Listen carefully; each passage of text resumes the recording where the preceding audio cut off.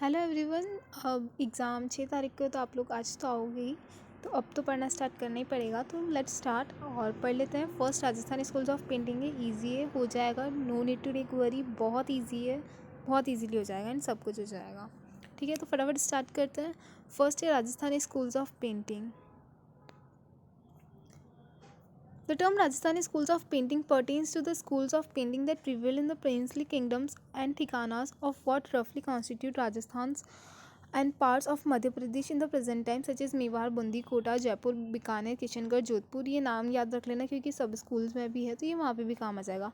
But ये याद रखना and other such principalities largely between the 16th and the early 19th century. ये okay क्योंकि ना MCQs के लिए आपको बहुत सीरियसली वर्ड टू वर्ड पढ़ना है ताकि आपको ये चीज़ें ध्यान रहे। Okay, 16th and early 19th century. Okay, scholar Anand Coomaraswamy in 1916 coined the term Rajput paintings. Rajput paintings जो टर्म है वो कौन लाया था? तो स्कॉलर आनंद। और कब लाए थे? तो 1916 में। To refer to this as most rulers and patrons of this kingdoms were Rajput. जैसे कि वो बहुत सारे जो भी रूलर्स वगैरह थे वो सारे राजपूत थे, तो उसको एज ए रेफर क्यों किया? Rajput paintings.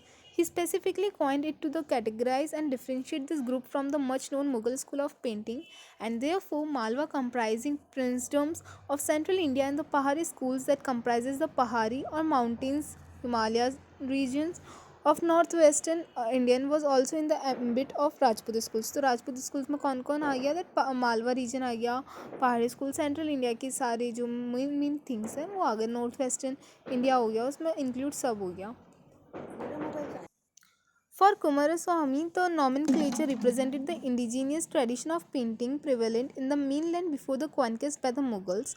Studies in Indian paintings have come a long way since then, and the term Rajput schools is obsolete. मतलब पुराना हो गया, outdated you could say. Obsolete का मतलब जो होता है, I am telling that. Instead specific categories such as Rajasthani and Pahari are employed. पहले इन दोनों को साथ में इंक्लूड करके राजपूत स्कूल्स बोला गया, बट ये बहुत ज़्यादा पुराना हो गया था, अब थोड़ा आउटडेटेड लग रहा था, तो फिर क्या हुआ? स्पेसिफिक कैटेगरीज कर दी, लाइक राजस्थानी स्कूल्स एंड पहाड़ी स्कूल्स। इसलिए आप लोगों के सिलेबस में दोनों अलग अलग पढ़ाया गया, राइट? अगर इसकी हिस्ट्री पूछी जाए तो that's the context of it. Though separated by short distances, the pictorial styles that emerged and evolved in these kingdoms were significantly diverse in terms of their execution, fine or bold, preference of color, brilliant or gentle, compositional elements। ये इसके features हो गए, जो colors हो गए, compositional elements हो गए, ये architecture, figures, natures, mode of narration, ये इसके फीचर्स बता रहे हैं। जो आपने अगर क्वेश्चन आता है और आप बोलते हो ना राजस्थानी स्कूल्स के फीचर्स डिस्क्राइब करो, तो उसमें यही डिस्क्राइब करना है। तो that's the features of this. Paintings were painted on waslis layered thin sheets. काय में पेंट करा गया था? तो वासलीज, ये टर्म याद रखना, this waslis. Okay, layered thin sheets of handmade papers glued together to get the desired thickness. उसको साथ में चिपकाया जाता था कि उतनी जितनी थिकनेस चाहिए उतनी मिल जाए, और इसको जो टर्म दी गई थी दैट वाज वासलीज, या whatever the pronunciation may be, spelling याद रख लो, वॉस प्लस लीज, waslis. The outline was sketched on wasleys in black or brown, followed by colors fixed therein by brief notations or sample patches। ठीक है, black और brown colours followed by ऐसे करके उनके पैचेस भी दिए गए थे उस टाइप में।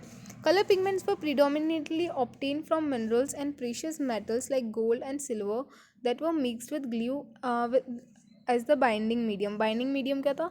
जो मेटल्स थे, गोल्ड और मेटल को, उनको मिक्स करके वो करके ग्लू के साथ एंड उससे कलर फॉर्म किए थे। कैमल एंड स्क्यूरल हेयर वो यूज इन ब्रशेस। ये भी क्वेश्चन बन सकता है कि ब्रशेस काय के थे, तो कैमल एंड स्क्यूरल के। और this one mixed with glue वाली बात भी याद रख लेना। Okay, on completion the painting was burnished with an agate to lend it of uniform sheen and unappealing resplendence. ठीक है, burnished. The painting activity was a kind of team work था क्योंकि सब मिलके साथ में करते थे, with the master artist composing and doing preliminary drawings followed by peoples और एक्सपर्ट्स ऑफ कलरिंग, पोर्ट्रेचर, सारी चीज़ें taking over and doing there bit. ये नहीं होता कि टीचर बनाती है वो बच्चों को सिखाती है, तो वो टीचर बना रही है, मास्टर आर्टिस्ट है वहाँ पे, बट जो प्यूपिल है, जो लोग हैं, वो साथ में उनके बना रहे हैं। And finally the master artist putting the finishing touches. और जो अगर आपकी कोई मिस्टेक्स होती थी तो वो आपका आर्ट टीचर, आपके आर्ट मास्टर सही करते हैं ना। तो सिमिलरली कि जो भी मिस्टेक्स या जो भी final touches, we can't say it mistakes के आर्ट में होती है, बट फिर भी स्टिल जो भी फाइनल टचेस है, फिनिशिंग टचेस है, एक उसको द पेंटिंग को अच्छा लुक देने वाला टच है, वो मास्टर आर्टिस्ट उसको कर लेते थे सही. Okay. The scribe would write the words in the space left for the one, और वो वहाँ पे लिख लेते थे जो भी वो होता है ना अपने, जैसे फैल्कन ऑन बर्ड रेस्ट, वो तो उसका है अलग स्कूल का है, बट उसमें जैसे लिखा हुआ है बाहरी उत्तम, तो for example like that. Themes of painting, themes क्या है, ओवरव्यू है ये पूरा, ठीक है. उसके बाद I want to see one thing. Okay, इसमें अलग से फीचर्स नहीं दिए है. इसमें वो वाली बुक जो दूसरी है ना आपकी, ये तो एनसीईआरटी है. एनसीईआरटी पढ़ना इसलिए ज़रूरी है क्योंकि इससे एमसीक्यूज़ बनेंगे, वो समझने के लिए वो बहुत सही है, थ्योरी के लिए भी हो जाएगी, बट एमसीक्यूज़ के लिए एक बार you have to go through this. क्योंकि पेंटिंग में मार्क्स स्कोर करना बहुत ईजी है थ्योरी में, बट अगर आपका एमसीक्यू गलत है एक, तो फिर वो गलत ही है, you can't do anything about it. And last time भी ऐसा हुआ है कि एमसीक्यूज़ की वजह से बहुत सारे बच्चों के 29 रह गए. वो कहाँ से आया किसी को नहीं पता, क्योंकि अच्छे से पढ़ाई नहीं करी कि एक लाइन टू लाइन इतना सीरियसली किसी ने लिया नहीं. Okay, so that is the thing. ये तो सब स्कूल्स आ गए. Okay, will see it.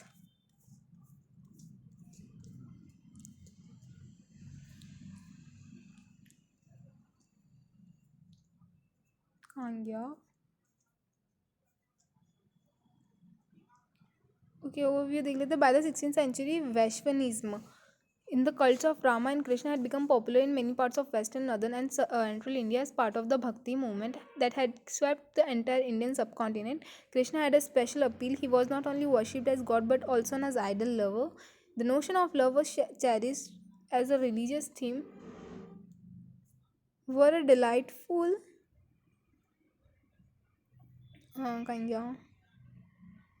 were a delightful synthesis and sensuousness and mysticism was perceive. ये जो कीवर्ड्स है ना, ये याद रख लेना. ये आप लोगों ने लिख लिया तो मार्क्स तो पक्के हैं ही. मतलब ये जो थीम है, अब आपने देखा है कृष्णा ऑन स्विंग की एक पेंटिंग दी गई है, तो उसके बारे में डिस्क्राइब कर रहा है कि Krishna was lord Krishna is considered as the supreme lord, but not only that, he was also worshipped by the gopis. Okay, वो उनको एज अ लव भी वो परसीव करते थे. तो वो अलग अलग वो होते हैं ना, how you perceive POVs.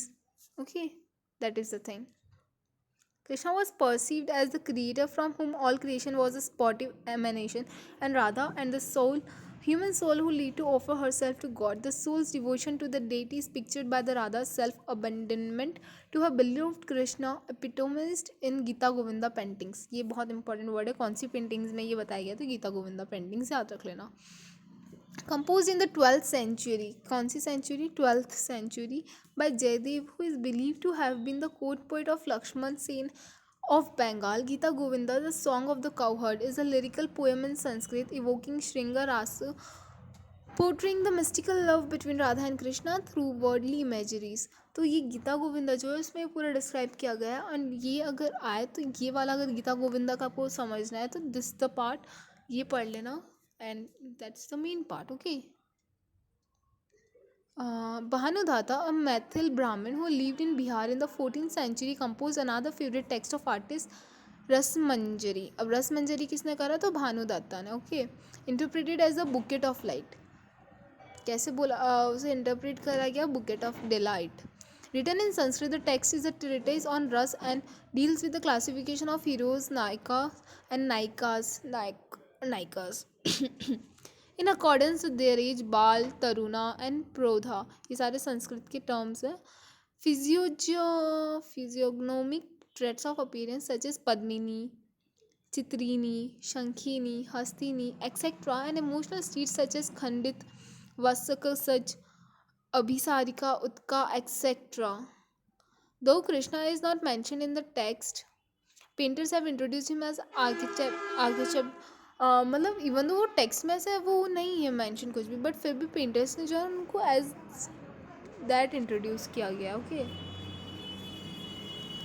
Rasic Priya, translated as the Khanesis Delight, is replete with complex poetic interpretations and was composed to रासिक प्रिया का. अगर रासिक प्रिया के लिए क्वेश्चंस बनते हैं, बहुत बनते हैं.